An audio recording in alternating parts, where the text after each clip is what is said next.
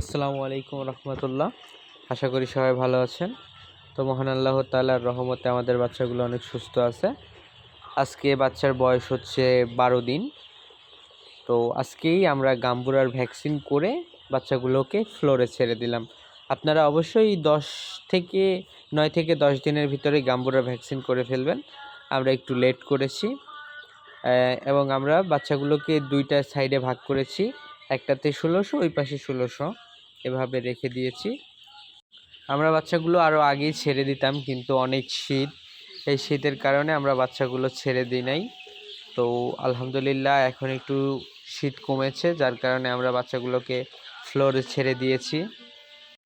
So পরবর্তী ভিডিওটি দেখতে অবশ্যই চ্যানেলটি সাবস্ক্রাইব করতে ভুলবেন না, এবং আমাদের ভিডিওটি যদি ভালো লেগে থাকে তাহলে অবশ্যই লাইক, কমেন্ট, শেয়ার করবেন। আর আমরা অবশ্যই চেষ্টা করব কিভাবে বাচ্চাগুলোকে আরও বড় করা যায়, ডিম পর্যন্ত নেওয়া যায়, সঠিক পরামর্শ দান করার। তো সবাই আমাদের জন্য দোয়া করবেন। সম্পূর্ণ ভিডিওটি দেখার জন্য অনেক অনেক ধন্যবাদ। আসসালামু আলাইকুম রহমতুল্লাহ। আমার মাথায় থাকবো খালি খবর নিও না।